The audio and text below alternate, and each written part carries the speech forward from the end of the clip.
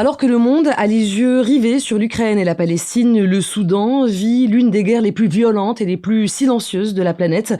Depuis avril 2023, le pays est ravagé par un conflit entre l'armée régulière et les forces de soutien rapide. Les deux factions issues du même régime militaire se disputent le pouvoir dans une spirale d'affrontements, de déplacements massifs et d'atrocités à grande échelle. Hind Medeb connaît bien ce pays. Elle y a tourné Soudan, souviens-toi, un documentaire dans lequel elle redonne un visage et une voix à la jeunesse soudanaise qui s'était soulevée en 2019 contre la dictature d'Omar el-Béchir. Un documentaire qui prend aujourd'hui une résonance toute particulière. Hind Medeb est notre invitée. Bonjour Hind. Bonjour, d'abord merci beaucoup de m'inviter pour parler de ce qui se passe au Soudan et merci pour votre introduction qui était très claire et très juste. Et je le souligne parce que c'est assez rare que dans les médias on présente les choses aussi bien que vous venez de le faire. Merci à vous, Hind Medeb, d'être avec nous, d'avoir accepté l'invitation telle quelle et de parler de cette cause finalement qui vous tient à cœur. Une question grand angle pour commencer, si vous le permettez, Hind Medeb, et cette citation: nous n'entendons pas les cris, mais l'horreur continue. Ce sont les mots de Tom Fletcher, le chef des affaires humanitaires de l'ONU, devant le Conseil de sécurité. C'était le 31 octobre dernier. Pourquoi, d'après vous, Hind Medeb, la guerre au Soudan, qui ne s'est pourtant jamais arrêté, qui ne s'est pas arrêté, en tout cas ces dernières années, a disparu des radars ces derniers mois? Ça, c'est plutôt une question qu'il faut poser aux médias, c'est-à-dire au choix des rédactions en chef et à la manière dont, malheureusement, aujourd'hui, les médias sont devenus des producteurs de produits. Enfin, c'est des produits commerciaux. Donc, on réfléchit à qu'est-ce qui va intéresser le public, qu'est-ce qui va amener le plus de clics. Oui. Donc, voilà, ça c'est une vraie question, mais il faut la poser aux gens qui dirigent ces médias un peu partout dans le monde. Ensuite, moi, je peux vous donner mon analyse. Il y a d'abord beaucoup de racisme. Un racisme qui est d'ailleurs, je pense, la plupart du temps inconscient. C'est-à-dire que tout ce qui se passe dans l'Afrique noire intéresse peu les médias internationaux et assez peu couvert. Il n'y a pas forcément de correspondants dans ces régions-là. Peu d'argent qui est déployé pour faire des reportages et aller dans ces zones de conflit, parce qu'il n'y a pas que le Soudan, il y a aussi ce qui se passe au Congo. Il y a cette guerre au Sierra Leone qui a duré des années, le Libéria. Et on sait assez peu de choses en fait sur ce qui se passe dans tous ces pays. Et ensuite, je crois aussi qu'il y a un lobbying très fort de la part des Émirats arabes unis qui a fonctionné jusqu'ici mais qui ne fonctionne plus aujourd'hui sur la responsabilité qu'ils ont dans cette guerre. Et notamment, je ne sais pas si vous vous souvenez, mais au mois d'avril dernier, il y a eu un dépôt de plainte contre les Émirats arabes unis pour complicité de génocide au Mm. Darfour, parce que c'est eux qui arment cette milice RSF de manière massive avec des avions qui atterrissent sur les aéroports militaires de Niala et d'El Fasher. Mm. Et évidemment, les Émirats arabes unis sont des très bons clients puisqu'ils achètent des armes aux pays qui produisent des armes et pays qui sont puissants au Conseil de sécurité, donc les États-Unis, la France. Mm. Donc il y a derrière toute cette guerre aussi un business qui est en train de se jouer. Et personne ne dit, personne ne raconte que c'est une guerre coloniale. Peut-être qu'en l'expliquant mieux au public, on peut aussi intéresser le public. Parce que simplement faire l'inventaire du nombre de morts et du nombre de déplacés ne va pas mobiliser l'opinion publique internationale et il va donner l'impression au public que finalement c'est une guerre de plus et Mm. que ça serait une guerre intestine entre les Soudanais, ce qui n'est Voilà. pas le cas. Cette absence autant du côté des médias que du côté des agendas diplomatiques, cette catastrophe humanitaire qui reste aux marges de la tension internationale, qu'est-ce qu'elle dit justement de la nature de cette guerre? C'est qu'aujourd'hui, on ne peut pas mettre dos à dos l'armée régulière et la milice RSF. Mm. Les massacres qui sont commis contre les populations civiles et le nettoyage ethnique, parce qu'en fait, il y a aussi des massacres qui sont faits contre les tribus africaines, avec cette idée que les tribus arabes, donc cette milice, c'est principalement des gens qui sont arabes et qui massacrent des tribus africaines, les Massalites, les Arawa et les Four, Mm. avec une idéologie raciste qui a été mise en place il y a déjà plus de 30 ans par Omar el-Béchir, par la dictature d'Omar el-Béchir. Mais la vraie raison de cette idéologie, c'est une manière en fait d'exproprier de leurs terres des paysans qui sont en fait sur des terres qui sont très riches. Et quand je parlais de guerre coloniale, c'est très clair, c'est-à-dire que quand il y a la main des Émirats arabes unis derrière cette guerre, c'est pour pouvoir mettre la main sur ces terres agricoles qui sont très riches et faire et remplacer des terres qui appartiennent à des paysans par des grandes fermes. Et tout ce qui est produit dans ces fermes est exporté pour pouvoir nourrir la population des Émirats arabes unis. Donc ça, il y a cette chose-là. Ensuite, il y a la question de l'or.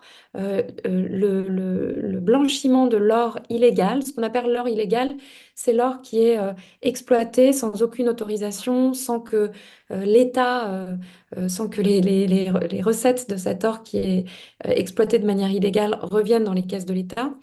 Il passe principalement par la plaque tournante de Dubaï où il y a le blanchiment de tout l'or illégal qui est produit dans le monde, et pas que l'or d'ailleurs. Mm.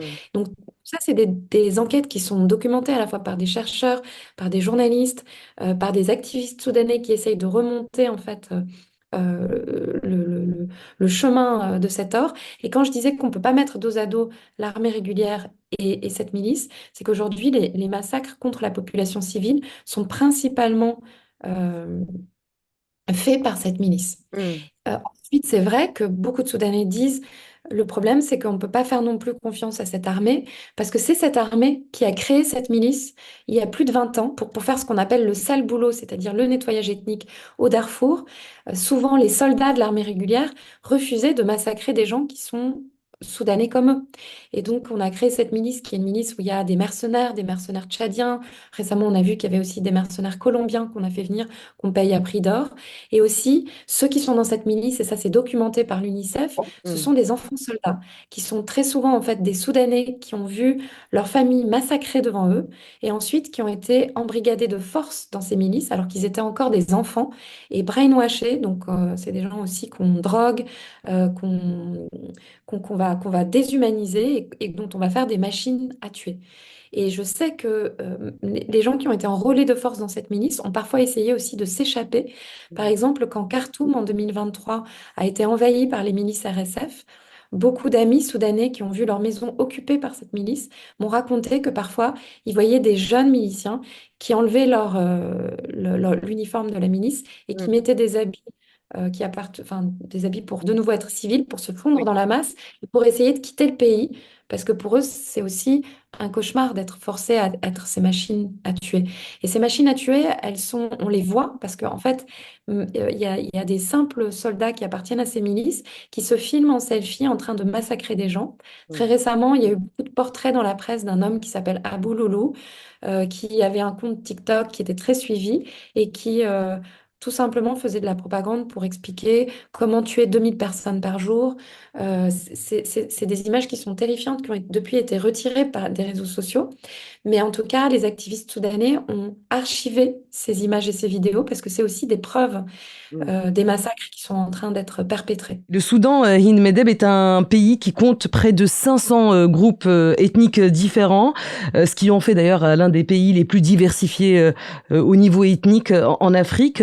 Vous, de ce que vous avez observé, Hind Medeb, puisque vous étiez sur place pour le tournage de votre documentaire Soudan, souviens-toi, est-ce que vous avez eu le sentiment qu'il y a une réelle identité nationale qui soude toutes ces communautés, ou est-ce qu'elles sont fatalement confrontées aux divisions? Justement, oui, il faut absolument sortir de ce préjugé sur lequel on aurait, une fois de plus, un pays africain où les ethnies se déchirent entre elles. Justement, la révolution de 2019, et ce n'est pas la première, en fait, c'est la troisième révolution. L'objectif de la révolution, c'était la question du vivre ensemble et de sortir du tribalisme et de sortir aussi de l'islam politique qui avait été imposé par Omar el-Béchir et donc de faire la Madaniya. Et la Madaniya, en fait, c'est un concept pour dire état séculier, laïcité, possibilité de vivre tous ensemble et surtout que le pays soit de nouveau entre les mains des citoyens. Madani, ça veut dire civil, et Ouais. vraiment c'est l'idée du gouvernement civil, c'est-à-dire ni religieux ni militaire, parce Mm. qu'ils ont souffert de ça. Et ils ont souffert aussi du fait d'avoir été privés de leurs propres ressources. Mm. En fait, le Soudan, il y a par exemple eu des rapports de l'ONU qui disaient que sur les ressources naturelles qui sont produites au Soudan, il y a une échelle entre 0 à 100 sur qu'est-ce qui revient aux populations locales. Et au Soudan, c'était zéro. Tout est exporté, rien n'est réinvesti dans le pays, pour vous dire à quel point la corruption était là. Donc c'était vraiment une révolte contre cette corruption. Et pour le coup, pendant ces 4 années où les gens se sont battus pour la démocratie, il y avait vraiment cette idée de récupérer son pays et de combattre cette corruption et donc d'être unis en tant que citoyen, toutes ethnies confondues. Et la guerre qui se joue aujourd'hui, c'est une guerre pour pouvoir continuer à piller le pays. Et je pense que c'est très important hein, de ne pas mettre sur le même plan les Émirats arabes unis et l'Égypte, parce que l'objectif de l'Égypte, de Sisi, depuis le début, c'est de faire échouer cette révolution, parce qu'ils ne veulent pas qu'il y ait une démocratie ils veulent pas une démocratie dans un pays voisin. Ça pourrait donner des idées à la population en Égypte. Soudanais et Égyptiens échangent beaucoup. Mm. Et donc, de toutes ses forces, Sisi a aidé Borhan à faire ce qu'on a appelé la contre-révolution. Mais les massacres qui ont lieu aujourd'hui au Darfour, c'est un autre niveau. C'est des centaines de milliers de personnes qui sont tuées. Aujourd'hui, dans une ville comme El Fasher, on a des témoignages de Soudanais qui ont de la famille à El Fasher qui racontent que c'est des dizaines de personnes de leur famille qui ont été tuées, que dans la rue, les rues sont jonchées de cadavres, que les gens, quand ils rentrent chez eux, ils ouvrent la porte de leur maison et il n'y a que des cadavres. Donc, c'est quand même deux choses différentes, Mm. même si la responsabilité de l'armée dans la création de cette milice, à l'époque de la dictature d'Omar el-Béchir, est aussi impliquée. Et en fait, ces deux hommes qui sont aujourd'hui ennemis, Hemiti et Borhan, ont été main dans la main pendant plus de 20 ans.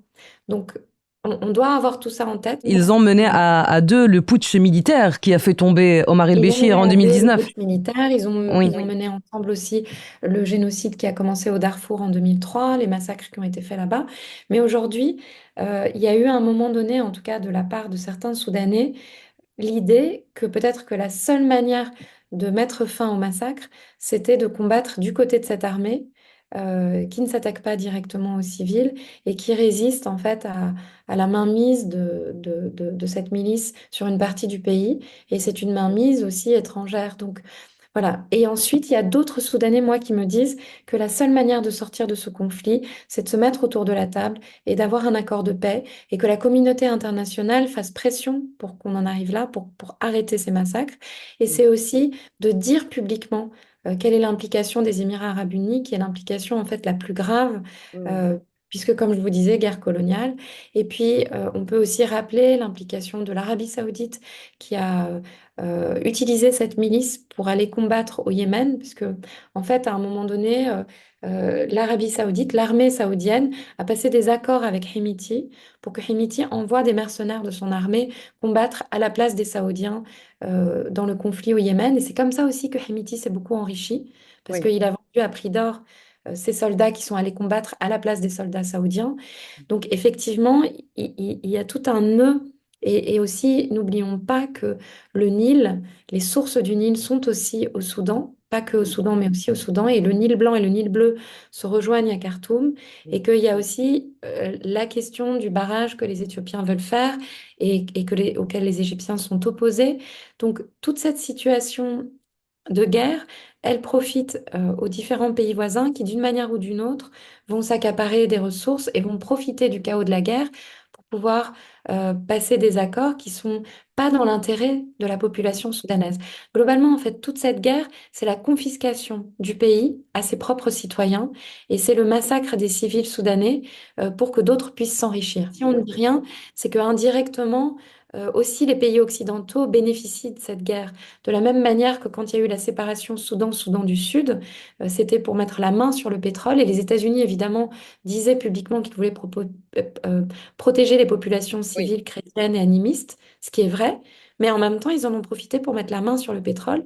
Et aujourd'hui, ça fait 15 ans que le Soudan du Sud est indépendant, et pourtant, la population civile ne bénéficie toujours pas de la richesse qui est Les richesses du produite pays. par ce pétrole. Et ce sont les grandes multinationales Shell, Total et la compagnie pétrolière chinoise étatique qui profitent encore du pétrole au Soudan du Sud et non pas la population civile. Donc globalement, que ce soit Soudan du Sud, Darfour, partout, ce qui est en train de se jouer, c'est la confiscation du pays, du Soudan, à ses habitants. Vous l'avez très bien expliqué, Medeb. Il y a ces deux hommes forts donc du pays du Soudan. D'un côté, Abdel Fattah al-Burhan, chef des forces armées soudanaises, l'armée, ce qu'on appelle l'armée régulière. Et puis il y a Mohamed Hamdan Dogolo, dit Emiti, qui est chef des FSR, qui se dispute donc Les forces de soutien rapide, qui est absolument le nouveau nom qui a été donné à cette milice pour essayer de la blanchir de tous les de la crimes qu'elle a légitimer quelque part. avant. Oui, parce qu'avant, Oui. c'était les Janjaweed. Et Mm. Janjaweed, ça veut dire les cavaliers à cheval. En fait, c'était vraiment les tueurs à cheval, Ouais. les tribus arabes qui venaient massacrer les populations il y a déjà plus de 22 ans. Et vous l'avez rappelé, ces deux hommes ont travaillé main dans la main pour faire tomber le régime d'Omar el-Béchir. Ce tandem semblait fonctionner encore entre guillemets jusqu'en avril 2023 où justement les rivalités ont éclaté. Alors aujourd'hui, nous sommes en 2025. Est-ce que vous pensez qu'une réconciliation, est possible et combien même elle serait possible, est-ce qu'elle est forcément gage de paix et de stabilité pour les Soudanais? Je peux vraiment pas du tout répondre à cette question parce que enfin, on ferait des prophéties, Oui. vraiment, je ne sais pas. Mais par contre, ce que je peux dire, c'est que effectivement, ces deux hommes, leur objectif dès le début de la guerre et même avant la guerre, était de détruire la société civile soudanaise et toutes les résistances, toutes les personnes qui se sont battues pendant 4 ans. Quand même, il faut le rappeler, pendant 4 ans, les Soudanais se sont battus pour la démocratie. Quand il y a eu le coup d'État militaire le 25 octobre 2021, les Soudanais se sont rendus ingouvernables de 2021 jusqu'au début de la guerre le 15 avril 2023. Et là, je peux vous donner mon analyse. Ce n'est que mon analyse, mais le sentiment que j'ai pour avoir été au Soudan en 2021, en 2022, jusqu'à fin 2022, ensuite, quand la guerre a commencé, je ne suis plus retournée au Soudan, mais le sentiment que j'ai, c'est que les Soudanais se sont rendus ingouvernables. Ils ont procédé à de la désobéissance civile, à des grèves générales, à des blocages, à des barricades. Les fonctionnaires ont refusé d'obéir et ils se sont accrochés de toutes leurs forces à la possibilité de mettre en place cette démocratie. Et en fait, je pense qu'on a déclenché cette guerre comme un niveau supplémentaire de violence pour arrêter la résistance du peuple soudanais, parce que en fait, tirer à balles réelles sur les manifestations ne suffisait plus. Donc, on a commencé en fait à bombarder les infrastructures, détruire les universités, les hôpitaux, et puis forcer à l'exil tous ceux qui étaient les cerveaux de cette révolution, qui étaient tous les gens éduqués, qui étaient à la tête des syndicats, des comités de résistance. Les comités de résistance ont continué. Les comités de résistance, c'est vraiment ce que les Soudanais ont mis en place à l'échelle locale, dans chaque village, dans chaque quartier, en dehors de toute appartenance politique et en dehors des partis politiques ou même des syndicats, de manière à faire remonter les demandes de la population civile. Et aujourd'hui, ces comités de résistance sont devenus ce qu'on appelle les emergency rooms, qui ont reçu un grand prix aujourd'hui en Norvège, le prix Rafto, qui est normalement un prix aussi, et ils ont été nommés aussi pour le prix Nobel de la paix à 2 reprises et je regrette vraiment que ces Emergency Rooms n'aient pas reçu cette année le prix Nobel de la paix parce qu'ils le méritent beaucoup plus que cette femme au Venezuela qui est pro-Trump et qui quasiment appelle à ce que Trump envahisse le Venezuela et encore une fois euh, mette en danger l'autodétermination du peuple vénézuélien. Donc, parenthèse passée, les Emergency Rooms qui sont issus de ces comités de résistance, elles continuent encore aujourd'hui à essayer dans un pays où l'aide humanitaire a de plus en plus de mal à arriver, où les ONG sont trop en danger pour entrer dans le pays, à acheminer cette aide humanitaire par des moyens différents, en utilisant des canaux clandestins. Est-ce que vous pensez que ces comités de résistance font l'unanimité auprès de la population soudanaise? Est-ce qu'ils peuvent réellement parvenir aussi à mettre fin à cette crise? Et puis surtout, est-ce qu'ils constituent une alternative? Peuvent-ils assurer une transition du pouvoir? Tiens, ces comités de résistance, Hind Medeb. Ah non plus, je ne sais pas, je peux pas le dire. Oui. Je crois que la révolution de 2019, il faut dire que c'est la troisième révolution que les Soudanais font contre la dictature. C'est la troisième expérience, tentative de démocratie, parce qu'en 64, ils ont renversé le dictateur Aboud, en 85, le dictateur Nimeri. Il y a eu des périodes de démocratie entre 64 et 69, entre 85 et 89, avec un parlement élu, avec un premier ministre choisi par les partis politiques qui ont gagné les élections. Il faut quand même le rappeler, hein, c'est des choses, c'est aussi très très important de raconter l'histoire du Soudan et sa lutte pour la liberté. Les Soudanais se sont battus contre la colonisation britannique, ils ont obtenu leur indépendance en 1956, ils ont été aussi occupés à plusieurs reprises par les Égyptiens et ils ont réussi à repousser la colonisation égyptienne. Ils ont été envahis, même au début de notre ère, au début de l'ère chrétienne, par les Romains, par l'empereur Auguste. Et c'est une femme, une reine soudanaise, une Kandaka, qui a repoussé les invasions romaines. Donc en fait, le Soudan, c'est un pays qui a constamment été envahi et qui a constamment résisté à toute forme d'occupation, quelle qu'elle soit. Donc c'est un peuple qui a une puissance, une résilience, une conscience politique. Et je pense, toujours le rappeler, plutôt que d'invisibiliser qui sont les Soudanais, de rappeler qui ils sont, de les célébrer, de raconter leurs histoires, de les inviter, de parler des livres qui sont sortis, qui sont très très nombreux. Je pense que c'est à minima ce qu'on peut faire. Ensuite, sur la possibilité de la paix, sur comment les choses vont être négociées, ça vraiment, je ne peux pas dire, Mm. parce que le problème, c'est qu'on a des gens qui sont armés jusqu'aux dents, et en face, une population civile qui est pacifique et qui refuse de prendre les armes. C'était le cas pendant cette révolution, parce que justement, les Soudanais ont tenté aussi la résistance armée.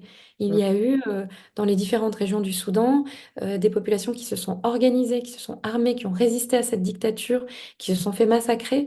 Et je pense que justement en 2019, ce qui était très fort, c'était de dire maintenant on va au-delà des questions tribales, au-delà des résistances armées, et on demande vraiment à vivre ensemble dans ce pays. Le slogan de la révolution de 2019, c'était Horiya Salam Adala. Et donc, Horiya, liberté, Salama, paix, Adala, justice, pour Mm. la justice transitionnelle, pour que les gens qui ont commis des crimes soient jugés.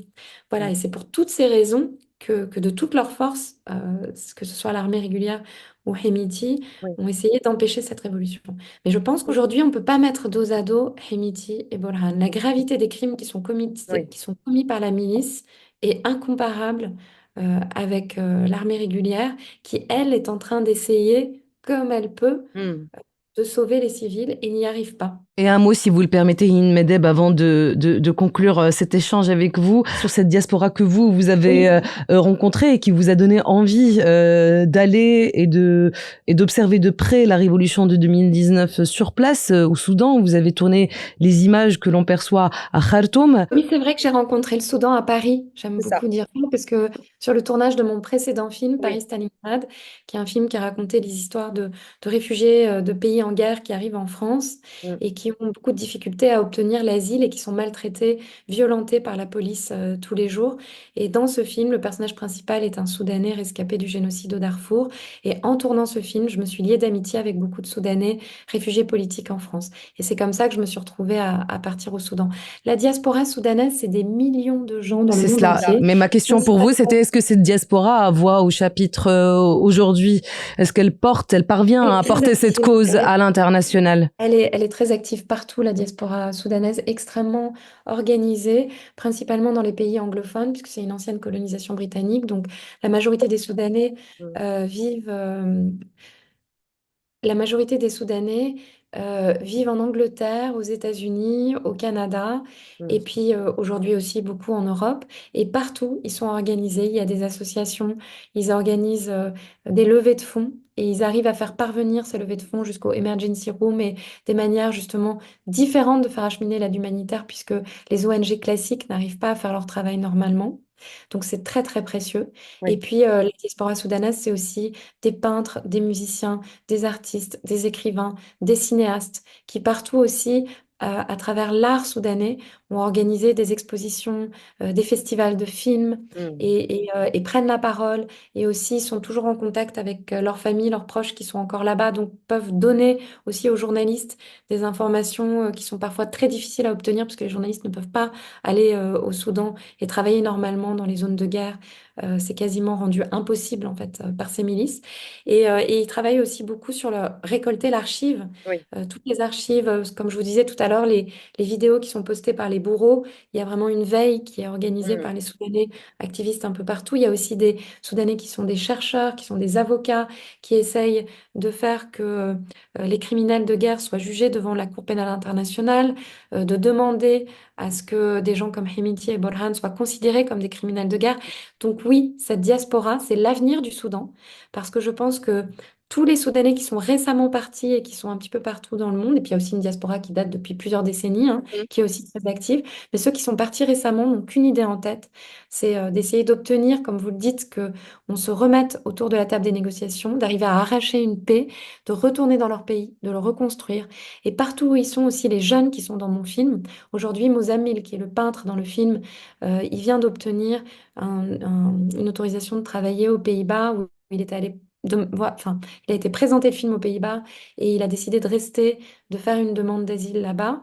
Et il Mm. veut faire des études de sciences politiques. Donc là, il demande une bourse. Il y a aussi Shahjan, qui est la poétesse du film, qui présente des messages dans le film. Elle, aujourd'hui, elle est en Norvège, où elle demande l'asile politique et elle est en train d'écrire un livre. Donc, eux, ils n'ont qu'une idée en tête, c'est de retourner dans leur pays quand ça sera possible, de le reconstruire et de profiter de ce temps où ils sont à l'étranger pour étudier, pour devenir, pour apprendre des choses, enfin voilà, et pour se former, pour être les dirigeants peut-être de demain de ce pays.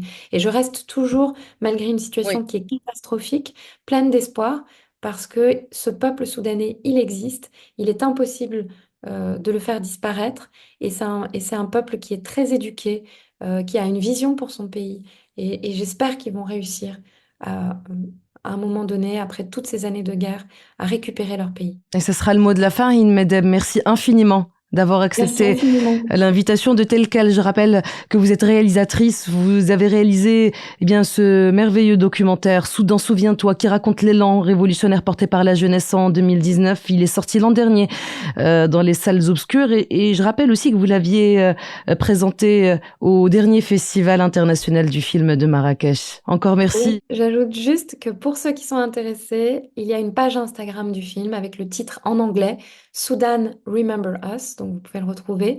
Et le titre en arabe, c'est Sudan Ya Rali, comme on a beaucoup de gens dans le public qui parlent arabe. C'est la fin de cette interview. Merci à tous et à toutes de l'avoir suivi. N'hésitez pas à vous abonner sur telquel.ma pour suivre l'essentiel de l'actualité nationale et internationale. À bientôt.